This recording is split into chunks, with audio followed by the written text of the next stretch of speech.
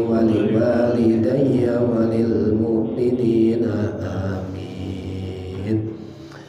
Baca Fatihah sekali lagi untuk kita semua yang telah berinfak. Ini juga ada infak masuk sebesar 200.000 dari hamba Allah. Mudah-mudahan barokah, Allah ganti dengan rizki yang lebih baik. Al-Fatihah. Bismillahirrahmanirrahim. Alhamdulillahi rabbil alamin, arrahmanir rahim, maliki yaumiddin. Iyyaka na'budu wa iyyaka nasta'in. Ihdinas siratal mustaqim. Shiratal ladzina an'amta 'alaihim ghairil maghdubi 'alaihim waladdallin. Assalamualaikum warahmatullahi wabarakatuh. Sama-sama sebentar kita baca ayat Muhammad. Semoga iman kita bertambah dan bertambah. Amin. Bismillahirrahmanirrahim. Bismillahirrahmanirrahim. Wa ba'du fa inna walhamdulillahi qad radina billahi rabba wa bil islami dina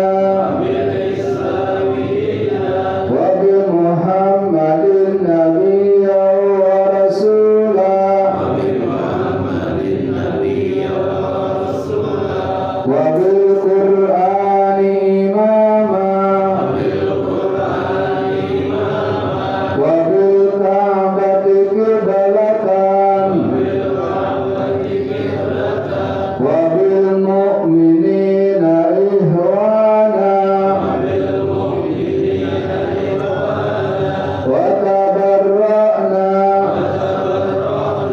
min kulli dinin yukhalifu dinal Islam wa amanna bi kulli kitabin anzalahu Allah wa bi kulli rasulin arsalahu Allah wa bi malaikatillah wa bil qadari khairihi wa syarrihi wa bil yaumil akhir wa bi kulli ma jaa bihi Muhammadur Rasulullah sallallahu alaihi wasallam.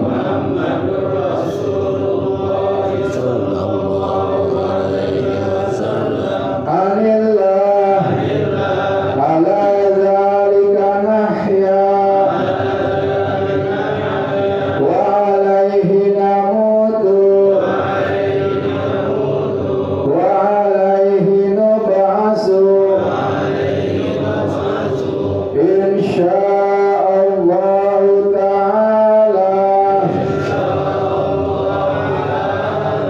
minal aminin alladzina la khaufun alaihim wa la hum yahzanun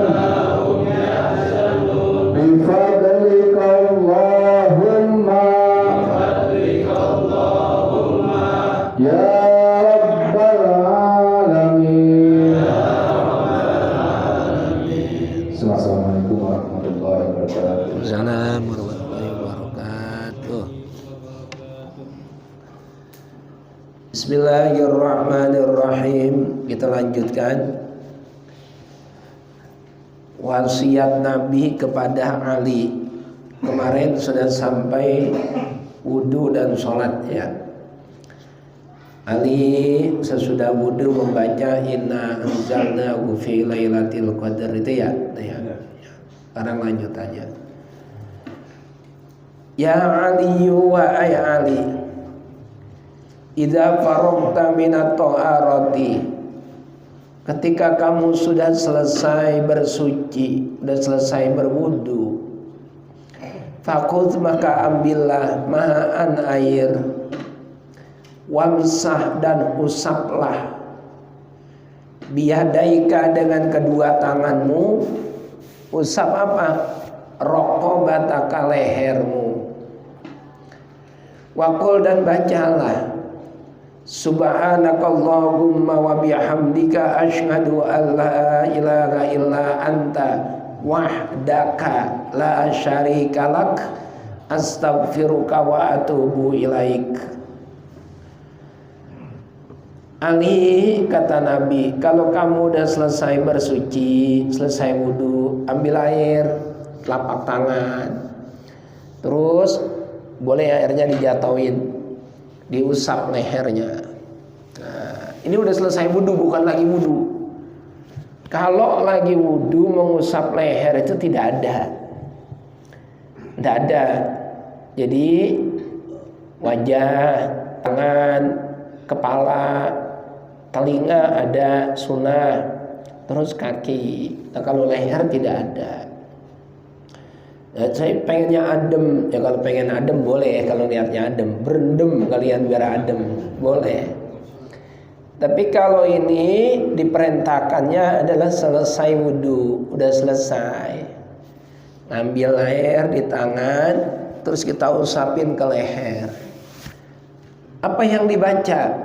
Subhanakallahumma, subhanaka maha suci engkau, Allahumma wahai Allah, wa bihamdika dan segala puji bagimu, asyhadu aku bersaksi bahwasannya Allah ilaha tidak ada Tuhan yang berhak disembah illa anta kecuali engkau ya Allah, wahdaka maha esa engkau, la syarikalaka tidak ada sekutu bagimu, astaghfiruka aku beristighfar kepadamu ya Allah, minta ampunan, wa atubu dan aku bertaubat ilaika kepadamu. Itu yang dibaca.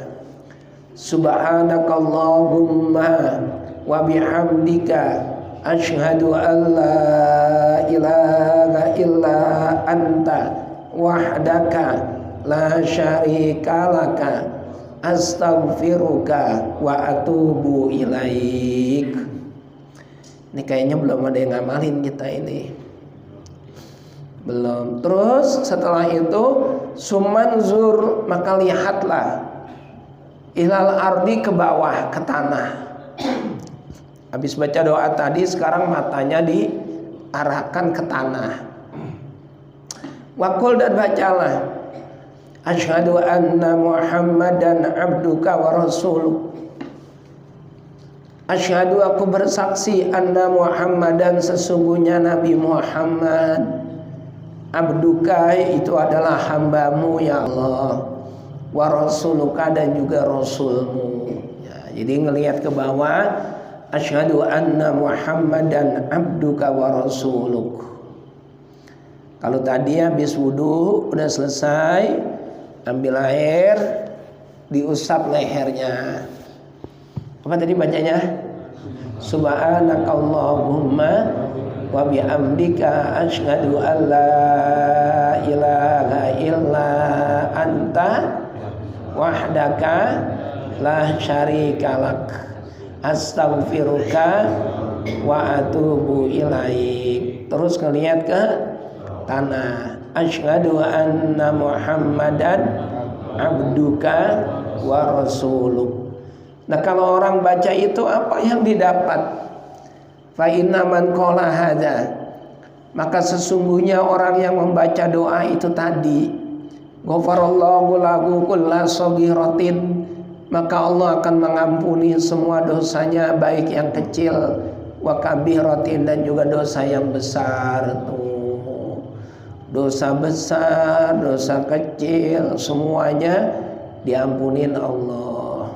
Nah, tercoba kita praktekin. Asyhadu an la ilaha illa anta subhanakallahumma wa bihamdika asyhadu an la ilaha illa anta wahdaka la syarika laka astaghfiruka wa atubu ilaik. Terus lihat ke tanah, asyhadu anna muhammadan abduka wa rasuluk. Kalau bawa kitab kan enak tuh, ada di kitab. Catat. Titik. Lanjutannya. Ya Ali, wahai Ali. Diampunin dosanya baik yang besar ataupun yang kecil sama Allah. Innal malaikata, sesungguhnya malaikat, yastaghfiruna, itu selalu beristighfar, memintakan ampun. Malaikat memintakan ampun untuk siapa? Lil insani, untuk manusia. Mada ma'ana toharatin, selaginya manusia itu dalam keadaan suci. Walam yuhdis, dan belum berhadas. Ini kita ini tadi maghrib kan punya wudhu. Ini sekarang kita masih punya wudhu, masih suci. Ngaji lagi. Ini kita nggak tahu bahwa ribuan, jutaan, bahkan miliaran malaikat lagi beristighfar buat kita, mintain ampun. Ya Allah ampuni mereka, ya Allah ampuni mereka. Duduknya punya wudhu, duduk di rumah Allah, itikaf, ngaji pula. Jadi malaikat akan selalu memintakan ampun kepada seseorang selama orang itu masih punya wudhu dan belum berhadas. Nah kalau ada kentut misalnya, ya malaikatnya berhenti mintain ampunnya, istighfarnya. Nah kalau kita wudhu lagi, mintain ampunan lagi. Makanya banyak ulama-ulama thariqah, ulama-ulama sufi yang kemudian ngambil jalan thariqahnya dengan berwudu terus, batal wudu, batal wudu, batal wudu, batal wudu. Jadi selalu punya wudu.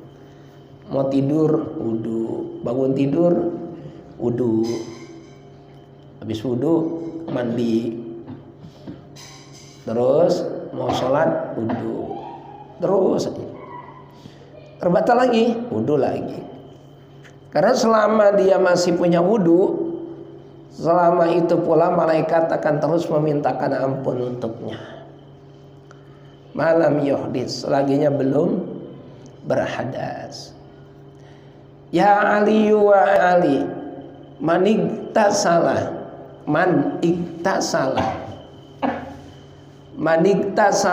orang yang mandi yaumal jumu'ati, pada hari Jumat, ghafarallahu lahu, maka Allah akan mengampuni dosa orang tersebut. Ma bainal jumu'ati ilal jumu'ati, dari Jumat dia mandi sampai Jumat yang akan datang. Seminggu dibang mandi doang. Wa ja'ala dzalika, dan Allah akan menjadikan mandinya itu sawaban, pahala, fi qabrihi, di dalam kuburnya. Wasakola, dan akan memberatkan ala mizanihi, atas timbangannya. Tuh, mandi Jumat itu ada beda pendapat antara Imam Syafi'i dan Imam Ahmad ibn Hanbal. Kalau menurut Imam Ahmad ibn Hanbal hukumnya wajib. Jadi kita yang sholat Jumat kagak mandi, nah itu berdosa, tidak sah sholat Jumatnya menurut Imam Ahmad ibn Hanbal. Bahkan beliau mengutip satu hadis, Ghuslul Jumu'ati wajibun ala kulli muhtalimin, wajib. Tapi menurut Imam Syafi'i, mandi Jumat hukumnya sunnah muakkadah, Tidak sampai wajib. Imam Syafi'i ngambil hadis man tawaddo'a fa'asanal wudu'a fa'ata al-jumu'ata wadana wastama'a wa ansota ghufira lahu ma bainahu wa bainal jumu'ati. Kata Imam Syafi'i mengutip satu hadis Nabi, man tawaddo'a, barang siapa yang berwudu, bukan mandi, habis wudu, fa'ata al-jumu'ata, lalu dia datang untuk menunaikan sholat Jumat. Fadana, dia pilih pada saf-saf yang paling depan. Wastama'a, dia dengarkan khatib dengan seksama. Wa ansota, dia fokus, khusyuk mendengarkan khatib itu. Maka ghufira lahu, diampuni dosa-dosanya, ma bainahu wa bainal jumu'ati, dari hari itu sampai Jumat mendatang. Wudu redaksinya. Ya, bukan mandi. Makanya mandi tidak wajib, sunnah muakkadah. Dan kesunahan mandi Jumat itu hanya bagi orang yang ingin melaksanakan sholat Jumat. Bapak jadi security pabrik, tidak mungkin sholat Jumat karena pas bagian jaga yang tidak perlu mandi Jumat, karena sudah pasti tidak akan hadir sholat Jumat. Mandi sholat Jumat itu hanya bagi orang yang ingin menunaikan sholat Jumat. Lah berbeda dengan Idul Fitri, Idul Adha. Walaupun kagak datang sholat Idul Fitri ataupun Idul Adha, itu tetap disunahkan mandi. Mandi Idul Fitri, mandi Idul Adha. Nawaitul ghusla li ajli yaumi Idil Adha. Terus kagak datang, habis mandi tidur lagi. Emang udah niat dia mandi doang, tidak apa-apa. Kalau Jumatan bagi orang yang punya niat datang untuk melaksanakan sholat Jumat. Kalau udah pasti nggak melaksanakan sholat Jumat, ya nggak usah. Kayak kita ziarah Wali Songo, kan biasanya berangkat hari Kamis ya. Nah, hari Jumatnya ada di mana-mana kita. Itu kan kita nggak sholat Jumat, karena kita nanti jamak takhir. Sholatnya digabung dengan asar, nggak perlu mandi. Saya niat mandi hari Jumat, ya percuma karena tidak disunahkan. Walhasil mandi Jumat itu menurut Imam Syafi'i adalah sunnah muakkadah. Dan waktunya habis sholat subuh. Nah, waktu subuh itu udah boleh. Di bapak yang pengen berangkat kerja jam 6, jam 7 kan nggak mungkin mandi di PT. Ya Bang Amin, mandi di rumah udah diniatin. Saya niat mandi Jumat karena Allah. Nawaitul ghusla li ajli yaumil jumu'ati lillahi Allahu kali. Allahu Akbar. Masa mandi ada Allahu Akbarnya? Enggak. Biasanya ibu-ibu kalau gitu Allahu Akbar bareng-bareng. Mandi ya mandi, enggak pakai Allahu Akbar. Nawaitul ghusla li ajli yaumil jumu'ati lillahi ta'ala Allahu Akbar. Coba enggak ada. Lagi mau-mauan ben terusin. Nah, boleh Bang Amin mandi. Nah, kalau kita yang di rumah, ntar sholat Jumatnya ke masjid, kita kebetulan ada di rumah, itu paling disunahkan adalah ketika kita mau berangkat. Rata-rata berangkat jam berapa? 11:30 ya. Nah, jam 11 atau jam 11 lewat seperempat mandi, itu paling cakep. Nah, 11:30. Oh, kita mau berangkat ya pokoknya. Kayak baju yang cakep. Usahakan kalau punya pakai gamis putih. Saya belum haji, ya enggak apa-apa. Malu ya sudah pakai baju putih aja. Baju putih, baju koko. Pak Askaryono itu cakep putih. Pamul bajunya putih-putih. Kalau sholat Jumat disunahkan pakai baju putih,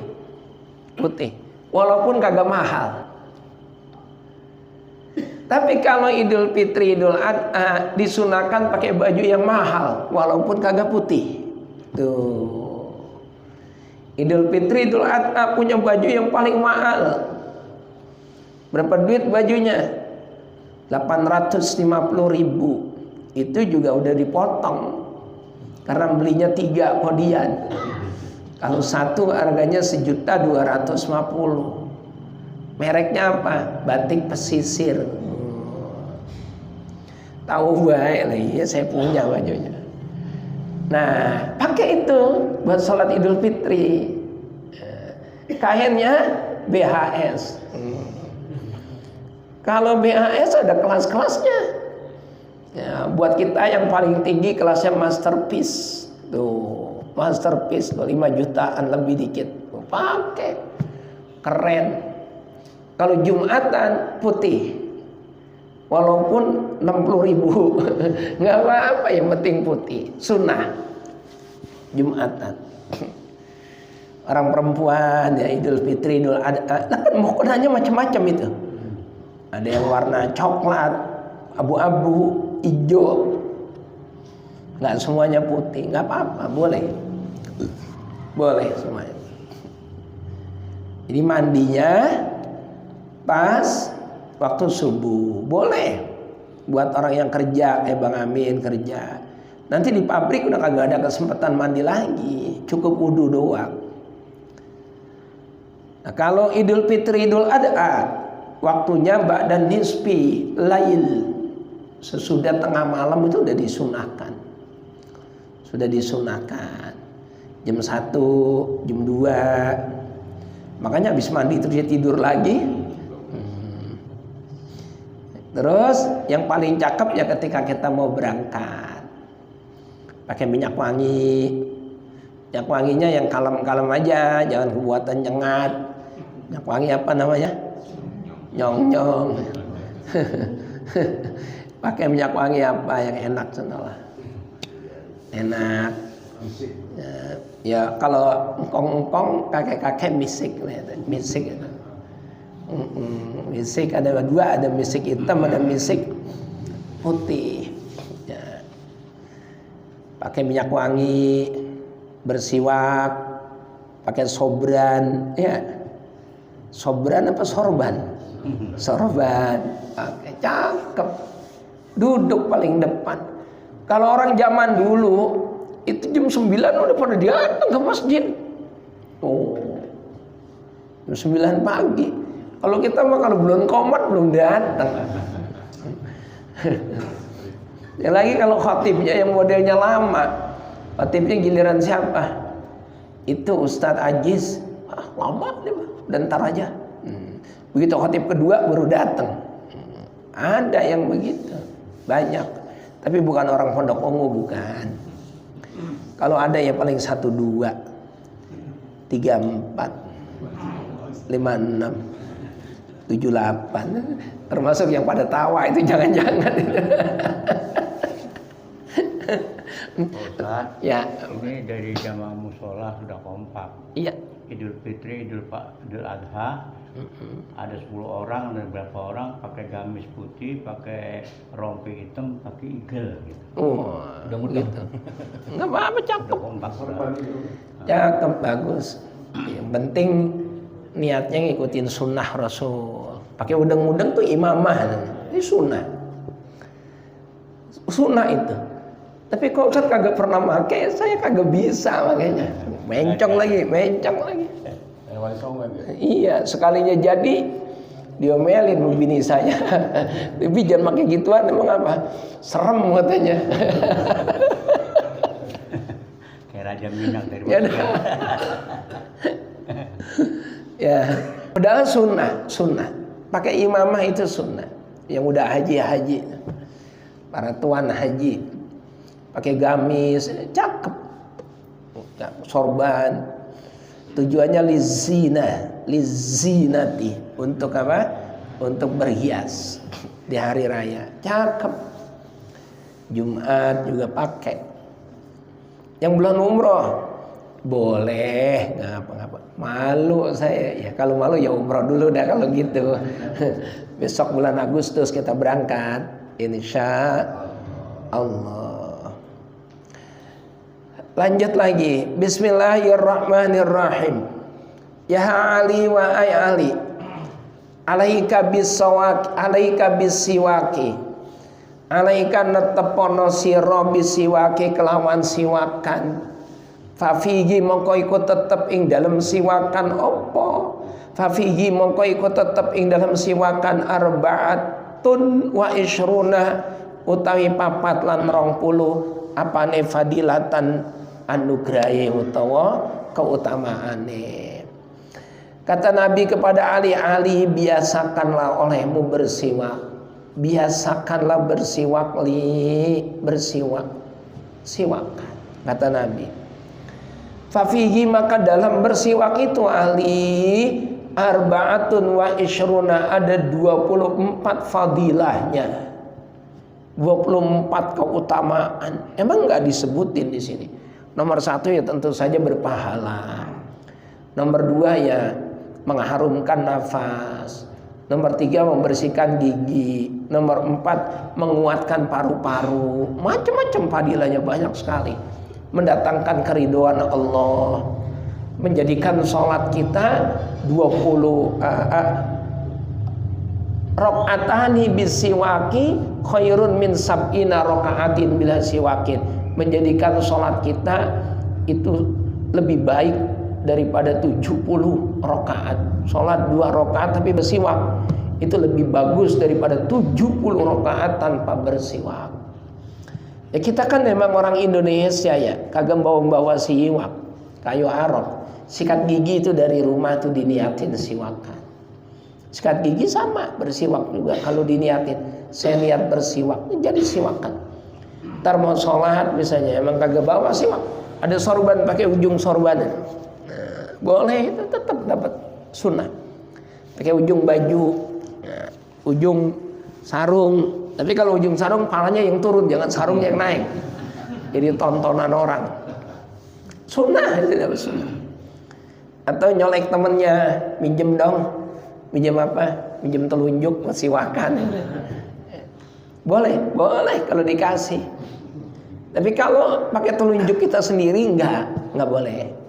Karena bukan alat. Nah, jadi telunjuk kita ke sono, telunjuk orang ke sini.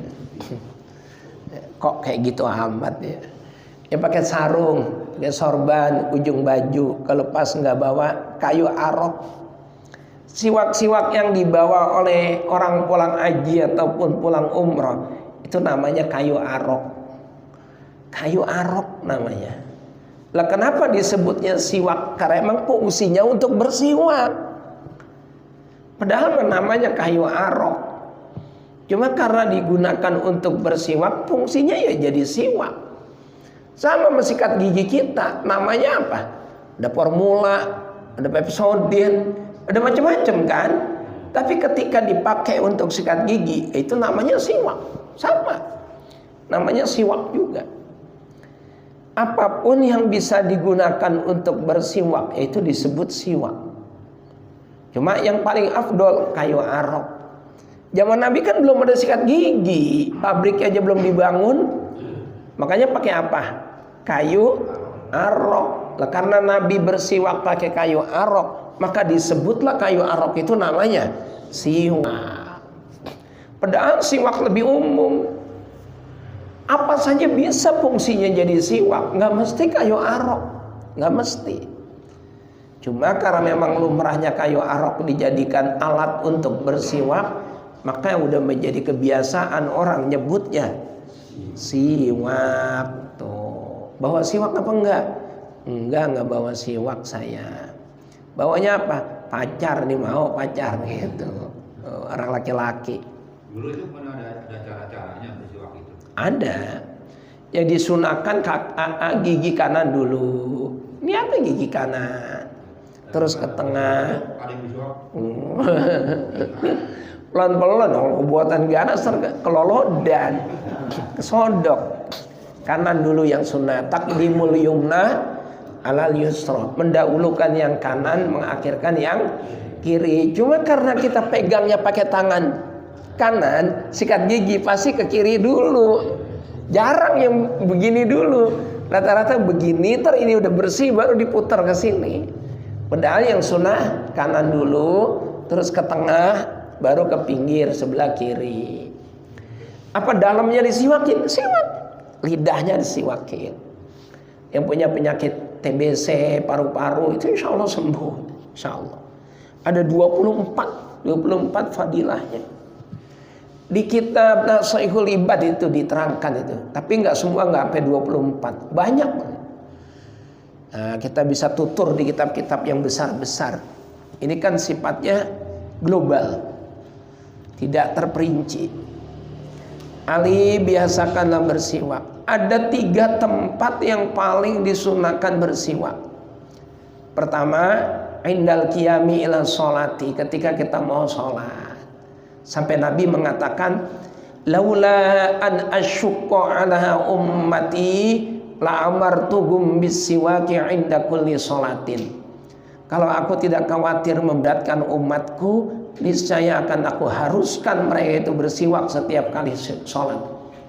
Cuma Nabi kan sayang banget sama kita, sayang banget. Kalau diwajibin takut beratin, udahlah nggak usah wajib, sunnah saja. Nah, tapi dijanjiin sama Nabi, orang yang bersiwak ketika sholat, walaupun sholatnya 2 rakaat, itu lebih utama daripada 70 rakaat tidak bersiwak. Tuh. Yang kedua, ketika bangun tidur. Bangun tidur udah pasti kan mulut kita nggak sedap banget. Orang biar katanya sayang banget juga bakalan bangun tidur yang dicium mulutnya, kecuali mulut bayi. Bayi mah sedap, ilernya gak sedap. Ada yang nanya, kenapa sih mulut bayi itu wangi? Terus jawaban dari dokter, karena bayi belum ada giginya, jadi tidak ada bakteri yang nempel. Laki-laki kagak ada giginya. Mulutnya kagak wangi kayak bayi. Ya, giginya sih emang agak ada, tapi perutnya apa be ada. Nah itu uap dari perut, gas.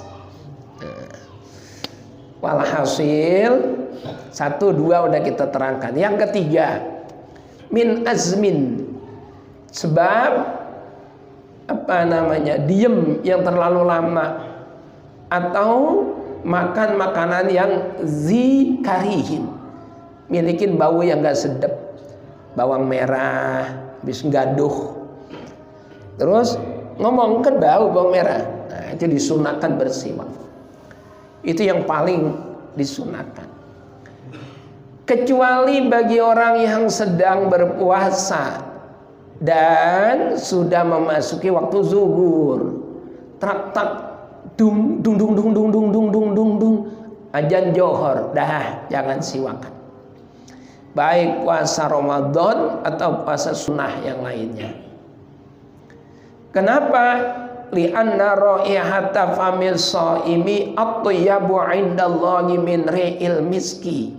Karena bau mulutnya orang yang berpuasa di sisi Allah itu lebih harum daripada minyak misik. Nah, kalau kita siwakin, berarti kita menghilangkan minyak misik di hadapan Allah. Di hadapan Allah. Jangan mentang-mentang baca hadis lebih wangi dari minyak misik, temannya dipanggil, sini dah, apa? Misik ini misik gitu.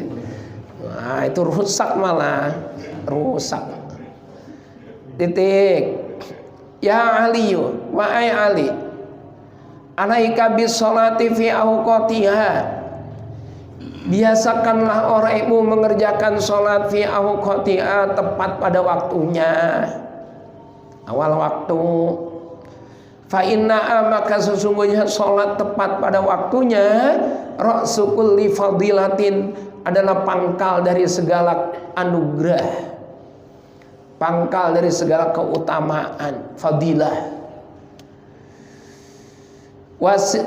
Wasanamu kulli ibadatin, dan puncak dari bermacam-macam ibadah. Paling utama adalah sholat. di awal waktu. Kan ada itu di kitab Ihya Ulumuddin. Besok umat Nabi Muhammad ada 3. Yang pertama, wajahnya seperti bintang yang gemerlapan. Wis, Masya Allah, indah banget. Malaikat terkagum-kagum. Siapa kamu? Wajahmu seperti bintang gemerlapan, terang. Kata orang ini, saya adalah kelompok orang yang wudhu ketika azan dikumandangkan. Begitu azan dikumandangkan, Allahu Akbar, Allahu Akbar, dia cepat-cepat wudhu. Wajahnya kayak bintang. Kelompok yang kedua, wajahnya seperti bulan purnama. Lebih indah, lebih cakep, lebih terang. Malaikat lebih kagum lagi. Lah kamu siapa? Lebih cakep wajahnya. Saya adalah kelompok orang yang sudah wudhu sebelum azan dikumandangkan. Tuh. Berapa nih? Waktu maghrib jam 6 tepat misalnya. Jam 6 kurang 10 dia udah wudhu. Keren. Nah terus kelompok orang yang ketiga, wajahnya kadia isyamsi, kayak cahaya matahari. Malaikat tambah terkagum-kagum. Ini terang banget ini. Kalau tadi lampu 5 watt, naiknya lagi 15 watt, yang ini 50 watt ini. Siapa kamu? Saya adalah kelompok orang yang ketika azan dikumandangkan, saya udah ada di dalam masjid atau dalam musola. Tuh. Berarti kan dia udah punya wudhu dari tadi. Udah sholat tahiyatul masjid, udah zikiran. Saya adalah kelompok orang yang ketika azan dikumandangkan, saya udah ada di masjid. Tuh. Nah kita ini masuk golongan yang mana ini? 1, 2, 3, kagak. Termasuk ustadznya juga kagak, datangnya terlambat mulu. Udah selesai sembahyang maghrib baru nyampe. Ya, nggak apa-apa lah. Kita gandulan. Gandulan sama siapa? Sama para ulama, sama kitab, gandulan.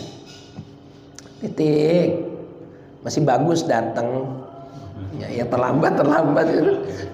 Bang Amin itu terlambat. Karena pulang kerja kan.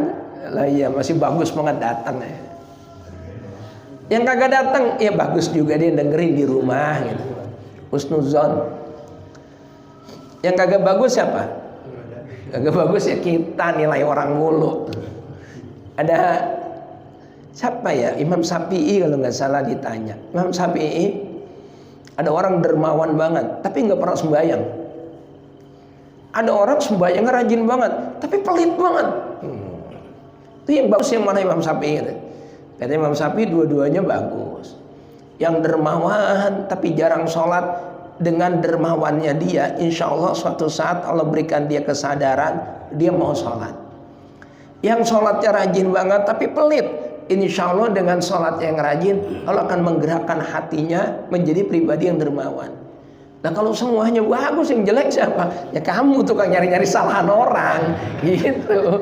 Yang jelek ya kamu tukang nyari-nyari kesalahan orang. Nah, sama juga Sayyidina Ali kan. Orang lapor pede banget. Ali, ada apa? Zaman Abu Bakar jadi khalifah, negara kita aman, gampang diatur, tidak ada pemberontakan. Zaman Khalifah Umar bin Khattab jadi presiden, negara kita aman, gampang diatur, tidak ada pemberontakan. Tapi kenapa begitu kau jadi presiden terjadi kekacauan, pemberontakan, permusuhan di mana-mana? Ali jawabannya enteng banget. Zaman Abu Bakar, zaman Umar, negara kita tertib, aman, teratur karena rakyatnya baik-baik kayak saya. Zaman saya jadi presiden banyak kekacauan, pemberontakan karena rakyatnya brengsek kayak kamu gitu. Langsung diem tukang cari-cari masalah, provokator. Ya sudahlah, biarin saja.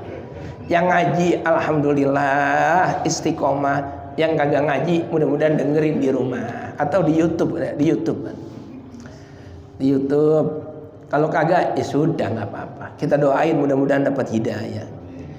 Yang ada istilahnya rumah ketiban speaker kagak pernah ke masjid gitu ya.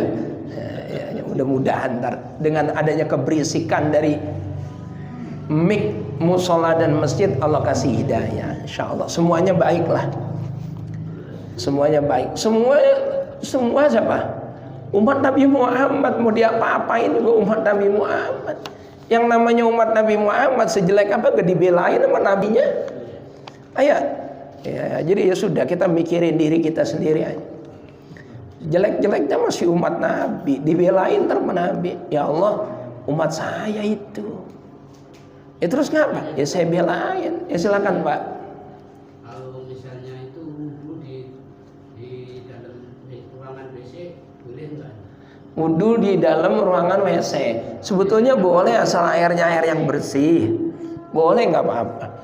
Kan kita kan kamar mandi kita juga ada toiletnya ya tak? Lah iya kamar mandi kita.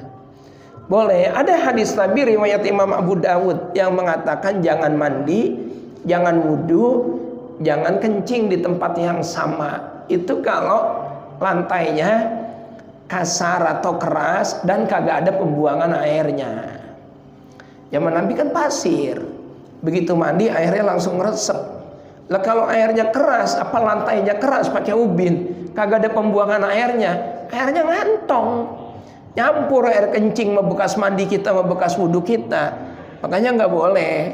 Nah kan kamar mandi kita ada pembuangan airnya, boleh saja nggak apa-apa, boleh. Nah yang tidak boleh kalau airnya bau. Airnya bau banget ini, bau apa? Bau toilet atau nah itu jangan-jangan terkontaminasi dengan air kotor. Itu berubah, mutaghayyir. Kalau airnya bau, dulu pernah itu wudhu bobot bangkai airnya. Begitu ditelusuri, ternyata sumber airnya itu ada bangkai kucing mati. Ya tidak boleh dipakai airnya. Mutaghayyir namanya, berubah dari sifat-sifat air. Oke, ada lagi? Nggak ada kita lanjutin. Jadi sholat di awal waktu, kecuali Isya. Nah, itu ada hadis sahih. Isya itu yang afdol waktunya diakhirkan, paling afdol. Cuma ini ya buat orang-orang tertentu. Kalau kita diakhirkan akhirnya bablas. Kagak sembahyang akhirnya. Buat Isya sesekali boleh dipraktekkan. Jadi Nabi pernah sholat Isya di waktu sahur. Terus sahabat bertanya, ya Rasul apaan ini? Kok sembahyang Isya udah mepet sama subuh? Di waktu sahur Nabi bilang inilah waktu paling utama kalau saya tidak khawatir beratin kalian semua. Ini waktu paling utama sholat Isya. Cuma karena saya khawatir beratin kamu, harus bangun untuk mengerjakan sholat Isya, ya udah di awal waktu saja. Kali-kali boleh. Saya berapa kali sama istri itu, ntar aja neng sembahyang Isyanya, kalian kita tahajud gitu. Beneran tahajud beneran. Ntar udah ngomong begitu lagi dua-duanya kagak. Tahu-tahu bangun jam 7 udah Isya kagak, subuh kesiangan. Itu bahasa Inggrisnya apa? Glajis. Nah, ya semua yang bagus di awal waktu buat orang-orang kayak kita ini. Kalau udah lewat boleh, apa-apa, boleh. Nah kalau udah kelewat waktu ya dikodok. Ada yang nanya sama saya, kelompok sebelah ya, minhum laisa minna. Emang benar kalau orang kagak sholat itu perlu mengkodok? Iya, kodok. Apa dalilnya? Aqullahi ahaqqu bil wafa. Ya kalau begitu nanti ada tanggapan orang, taksiran di kodok ini, udah aja kagak usah sembahyang. Nah, itu urusanmu, kalau mau kayak gitu ya silakan. Tapi tidak menjadikan hukum itu berubah karena pola pikirmu. Saya bilang gitu. Kamu boleh punya pola pikir apapun, itu hakmu. Tapi pola pikirmu tidak akan pernah bisa merubah hukum. Jangan karena ada pola pikir begini, ntar juga sholat boleh, sholat johor lagi enak-enak main catur, ntar aja gabung sama asar. Itu kan pola pikirmu. Ya silakan saja.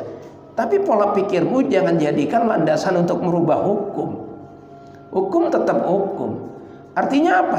Ketika kamu main catur, dengar azan, Allahu Akbar, stop dulu. Ayo sholat dulu. Nekat main catur sampai waktu asar, ya kodok sholat johornya.